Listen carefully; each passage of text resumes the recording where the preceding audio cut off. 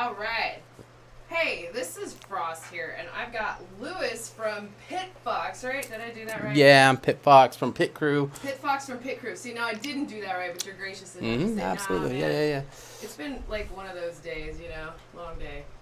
This thing keeps going out of focus. So I thought a lot of native people that I know are really into metal. There's a lot of really great metal bands that come off the res or out of, native people's awesome mindsets. And I'm kind of wondering, like, what is it about metal that you're drawn to as a human being, let alone as a native person? But do you want to tell us where you're from and all that stuff too? Well, I'm from Anderson, California, upper Northern California, the nosebleed seats.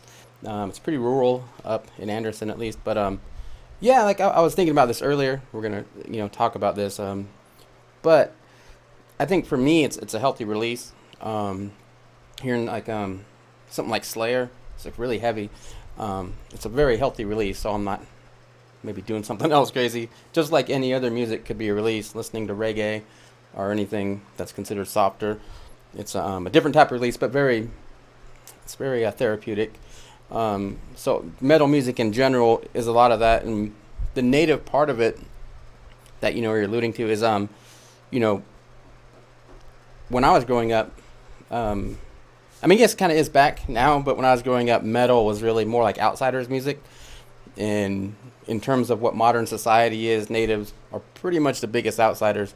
I make hip hop music, but I'm a big metal head. So when we do shows, either with we do rap shows at metal shows, which is a lot of non-native people, or we do a lot of hip hop shows with other non-native people of a different race. So it's no matter where we go, we're always the outsiders. We do shows sometimes with like Juggalo kids, and we're still like the outsiders from that. So in terms of metal, I think a lot of it is maybe more outsider. It's not the norm.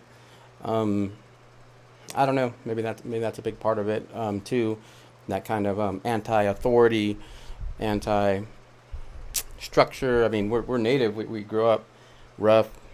Just for us to be here, our ancestors went through way more than we can even conceive or do anything, and the post-traumatic multi-generational trauma from all that is insane. But being that anti-authority, maybe government, anti-structure, anti-control, maybe that's a big part of it too. I really don't know. I was thinking about this these last few days, but yeah, maybe that's, I don't know if that answered your question all the way, but that's kind of what I was kicking around for a minute. I have a tendency to talk way too much, so I want to let you kind of, shine on this, because I feel almost exactly the same. As a matter of fact, for me, it is definitely the anti-authoritarian thing, and I think metal, for people of a certain age, like the first real generation of metalheads, which I think you and I were, I think, and you're quite a bit younger than me, but, anti-style, whatever. I think for all of us, it was a real kind of revolutionary thing back in the day. How did you find metal?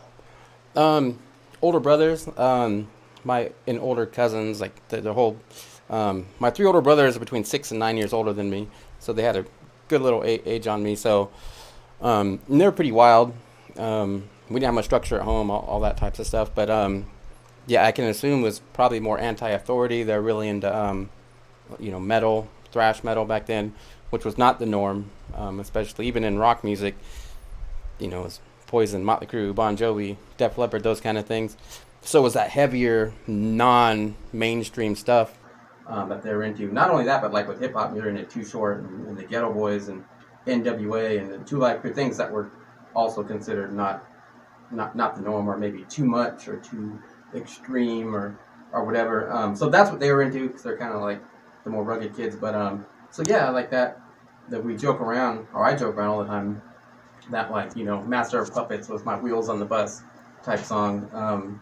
So that's how I got into it, just being around it from older brothers, and mostly for the thrash, the heavier stuff. But I also had older uncles and parents, cousins, all that were into classic rock, like Pink Floyd, Black Sabbath, stuff that was also not so mainstream as well, but in a different way. What now we consider classic rock. But yeah, so that's kind of where I started.